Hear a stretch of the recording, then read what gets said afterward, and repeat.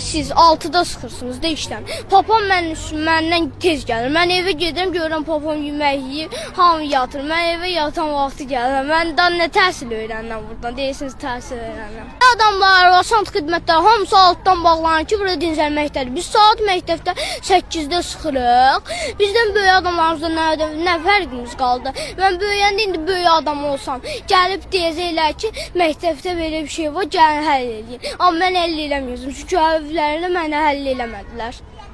Mənim də böyük adamlardan nə fərqim qalacaq? Şagirdlər sığmır məktəbə.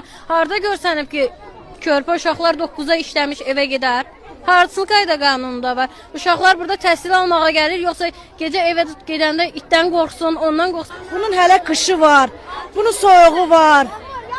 Bütün məktəblərdə belə sistem yoxdur. Bəzi siniflərin sinif rəhbəri yoxdur, ona görə azlıqda qalırlar. Kitablar, məsələn 6-7-də kitablar yoxdur, bəzi sinif rəhbərləri yoxdur deyə kitablar götürmürlər. Həm bəzi siniflərdə 36 nəfər olduğu üçün bəzi siniflər yaxşı, bəziləri pis olduğu üçün adı nə idi?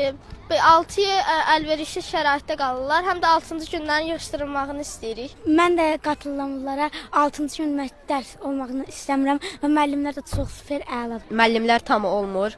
Elə bəzi müəllimlərdə çatışmır. Çox dərsimizdə boş keçir. Çox dərsdə boş. Çox dərsdə boş keçir yəni. Heç müəllimimiz yoxdur, həm də çox boş.